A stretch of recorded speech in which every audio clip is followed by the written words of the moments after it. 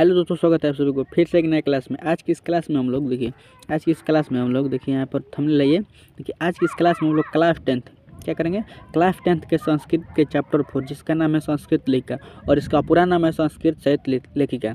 इस चैप्टर को हम सब ऑब्जेक्टिव को यानी ऑल ऑब्जेक्टिव को देखेंगे। बिहार बोर्ड क्लास 10th की तैयारी हम लोग कर रहे हैं, 2026 की तैयारी कर रहे हैं और हमारा टारगेट कितना है तो 450 प्लस है। हम लोग का टारगेट है 450 प्लस लाना। देखिए 450 प्लस है। इस चैनल पर आप सभी लोगों को बोर्ड एग्जाम 2026 की तैयारी कराई जाएगी, तो चैनल को सब्सक्राइब कर लीजिए। और ऑल सब्जेक्ट का और ऑल चैप्टर्स का पीडीएफ लेना चाहते हैं तो व्हाट्सएप ग्रुप में जुड़ जाइए। वहाँ पर सभी लोगों का पीडीएफ दे दिया जाएगा, जिसका लिंक डिस्क्रिप्शन में दिया हुआ है या वीडियो के डिस्क्रिप्शन में दिया हुआ है। वहाँ पर जाकर व्हाट्सएप ग्रुप में जल्दी से जुड़ जाइए और चैनल को सब्सक्राइब कर लीजिए। देखिए फिलहाल इस वीडियो को हम लोग शुरू करते हैं। इस वीडियो में हम लोग क्या करेंगे तो संस्कृत साहित्य लेखिका इसके ऑल सब्जेक्टिव को देखेंगे। तो चलिए पहला नंबर क्वेश्चन से वीडियो को शुरू करते हैं। देखिए पहला नंबर क्वेश्चन से क्लास को शुरू करते हैं।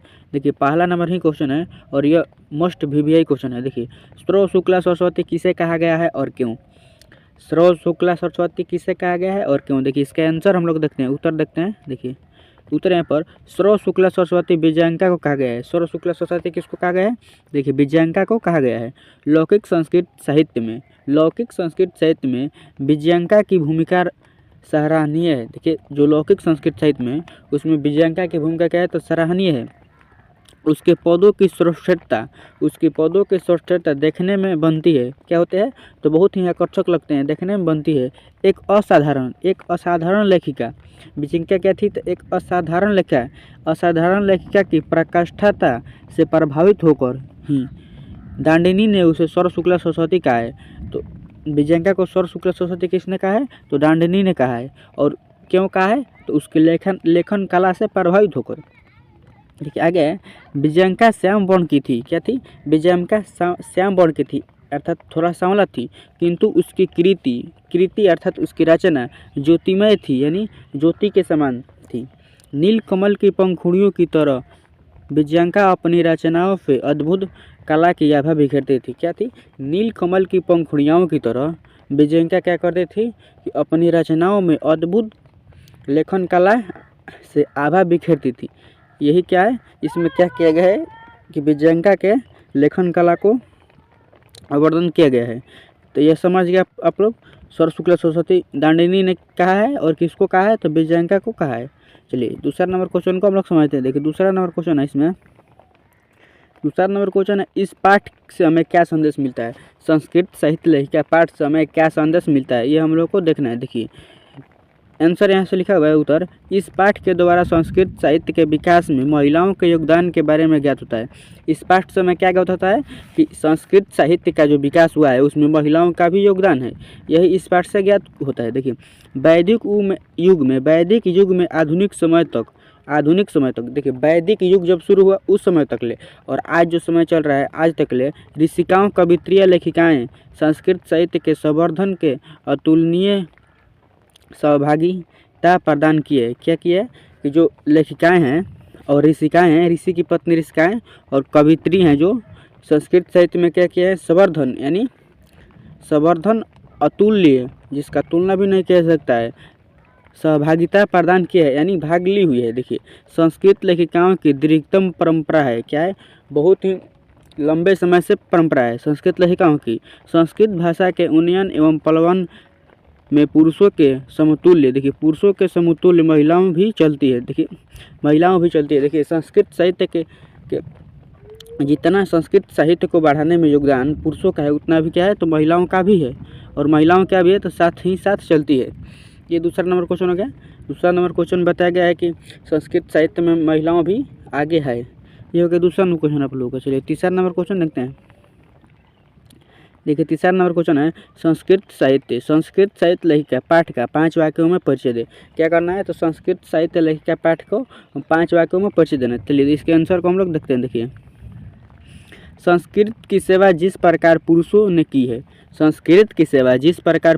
की है उसी प्रकार महिलाओं ने भी वैदिक युग से आज तक इसमें भाग लिए।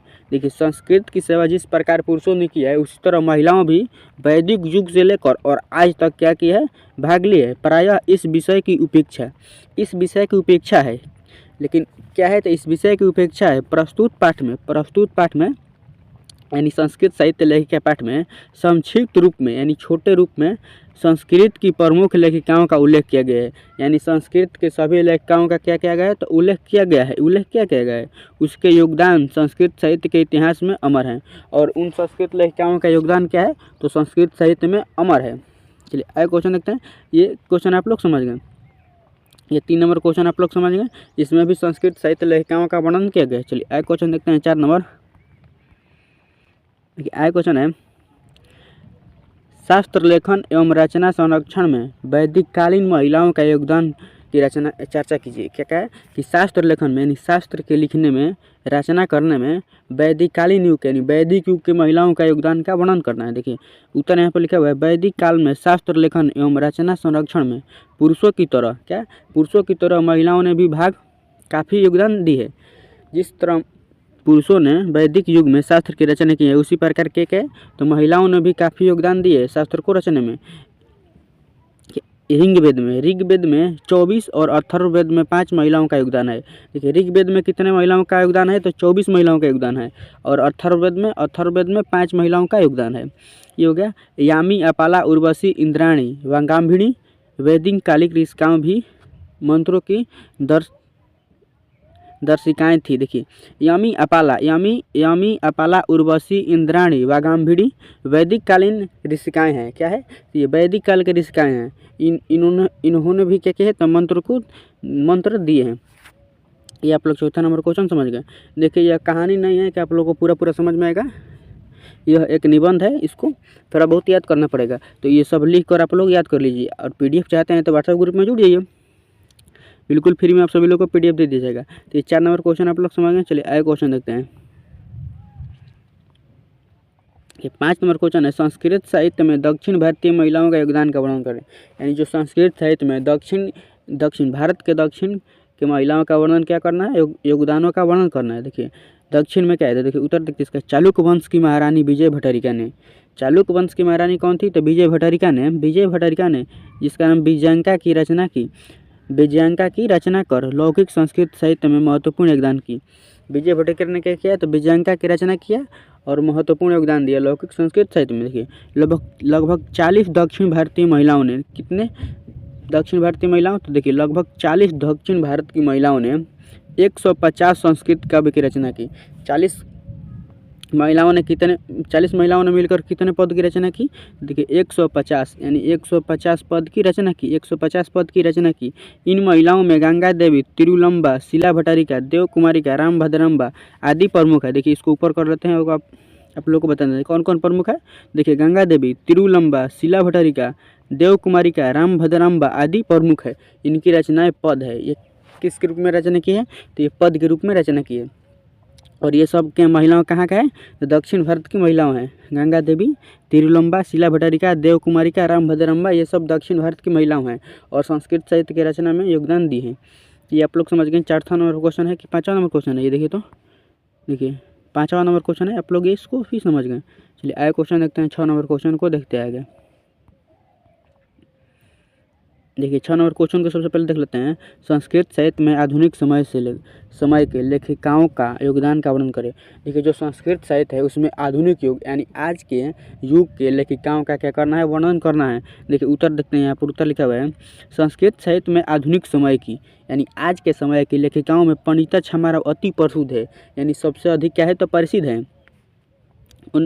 उन्होंने शंकर चरित्रम, सत्याग्रह गीता, मीरा लहरी, कथा मुक्तावली, विचित्र परिषद, यात्रा, ग्राम ज्योति इत्यादि अनेक गद्य पदों की ग्रंथों की रचना की है। देखिए ये बहुत ही भी है। देखिए ये ऑब्जेक्टिव में पूछा जाता है कि मीरा लहरी किसकी रचना है, कथा मुक्तावली किसकी रचना है, विचित्र परिषद या किसकी रचना है, सत्याग्रह गीता किसकी रचना है, ये सब ऑब्जेक्टिव में पूछा जाता है। तो ये सब भी आप लोग ध्यान रखिएगा। देखिए पंडिता क्षमा राव के एक ऑब्जेक्टिव में इनके रचना के बारे में जरूर पूछा जाता है। देखिए इनको रचना को आप लोग जरूर याद करिए। देखिए शंकर चरित्रम क्या है, इनका प्रमुख रचना है और इनके पिता का नाम क्या था तो शंकर पंडित था, इनके पिता का नाम था। और इस सत्याग्रह गीता या गांधी दर्शन से प्रभावित होकर रचना की थी। मीरा लहरी भी इनकी ही रचना है। कथा मुक्तावली, विचित्र परिषद यात्रा, ग्राम ज्योति इत्यादि इनके अधिक पद ग्रंथों की रचना की है। ये सब इनका ग्रंथ है, तो ये आप लोग याद रखिएगा। देखिए आगे देखते हैं इसमें क्या लिखा हुआ है। वर्तमान काल में लेखंतर कवित्रियों में पुष्पा क्या है, पुष्प दीक्षिता, वनमाला भावलकर, मिथिलेश कुमारी मिश्र आदि प्रतिदिन संस्कृत साहित्य में समृद्ध कर रही है। और आधुनिक काल के यानी आज के समय के संस्कृत लेखिकाओं कौन कौन है? देखिए पुष्प दीक्षिता है, वनमाला भावलकर और मिथिलेश कुमारी मिश्र है। यह क्या कर रही है? तो प्रतिदिन संस्कृत साहित्य में समृद्ध होती जा रही है, यानी प्रसिद्ध होती जा रही है और संस्कृत साहित्य की रचना करते जा रही है। तो ये समझ गए आप लोग 6 नंबर क्वेश्चन। 6 नंबर क्वेश्चन देखिए, इसको आप लोग 2-4 बार पढ़ेंगे तो याद हो जाएगा। देखिए और लिख लीजिएगा, इसको याद कर लीजिएगा। देखिए आगे चलिए क्वेश्चन देखते हैं हम लोग। आप लोगों को समझ में आ रहा है? जल्दी कमेंट में बताइए। तो देखिए 7 नंबर क्वेश्चन है, संस्कृत साहित्य में विजयनगर राजा के योगदानों का वर्णन करें। देखिए जो संस्कृत साहित्य के संरक्षण में विजयनगर के राजा का क्या करना है? योगदानों का वर्णन करना है। देखिए उत्तर यहाँ से लिखा हुआ है, विजयनगर के राजाओं ने संस्कृत साहित्य के संरक्षण के लिए जो प्रयास किए थे वह सर्वविदित है। यानी जो विजयनगर के राजा थे, विजयनगर के राजाओं ने संस्कृत साहित्य के संरक्षण के लिए जो भी प्रयास किए वो सर्वविदित है, यानी सभी संसार जनता है। देखिए उनके अंतःपुर में भी, उनके अंतःपुर का अर्थ होता है उनके घर के अंदर भी संस्कृत रचना में कुशल रानियाँ हुई है। उनके अंतःपुर में भी क्या हुआ है? तो संस्कृत साहित्य में कुशल रानियाँ हुई है। इनमें कंपन राय की रानी गंगा देवी, देखिए उसको ऊपर कर दो थोड़ा, कंपन राय की रानी गंगा देवी तथा अच्युत राय की रानी तिरुलंबा प्रसिद्ध है। और उनमें कौन प्रसिद्ध है? कंपन राय की रानी गंगा देवी और अच्युत राय की रानी तिरुलंबा प्रसिद्ध है। इन दोनों रानियों ने रचनाओं में समस्त पदावली और ललित पद विन्यास के कारण संस्कृत गद्य शोभित है। क्या कहते हैं? ये संस्कृत गद्य को शोभित करती है और पद और ललित दोनों की रचना करती है। ये दो क्या हैं? तो प्रसिद्ध है। कौन कौन? तो तिरुलंबा और अच्युत राय की रानी तिरुलंबा और गंगा देवी क्या है? प्रसिद्ध है। तो ये समझ गए आप लोग। 6 नंबर क्वेश्चन समझ गए। चलिए आगे क्वेश्चन को देखते हैं। 7 नंबर क्वेश्चन था।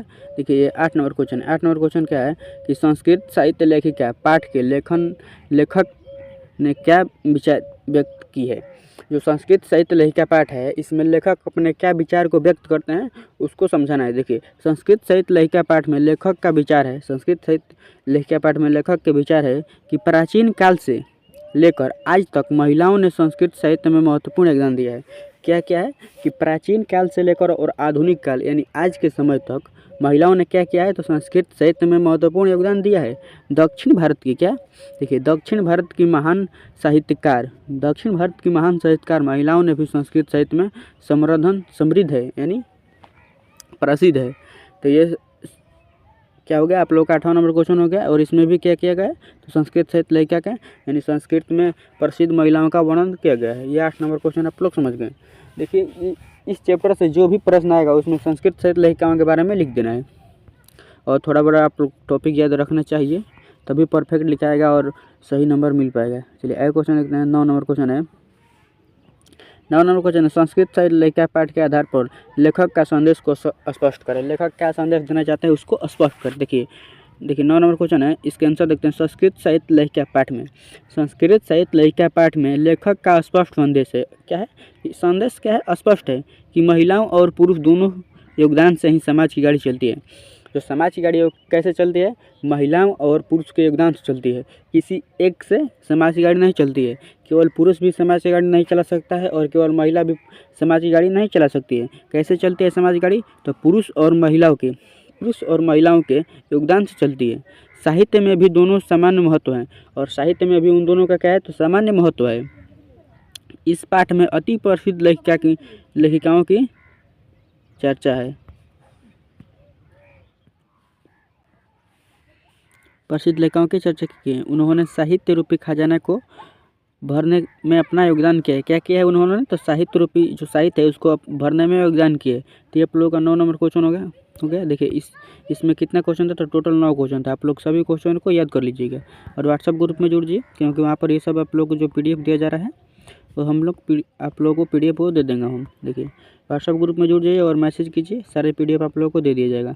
देखिए ये सब जो PDF है आप लेना चाहते हैं तो व्हाट्सएप ग्रुप में जुड़ जाइए। तो इस क्लास में हम लोग क्या किए हैं कि ऑल सब्जेक्ट को देख लिए, संस्कृत साहित्य लयिका संस्कृत के चैप्टर 4 को।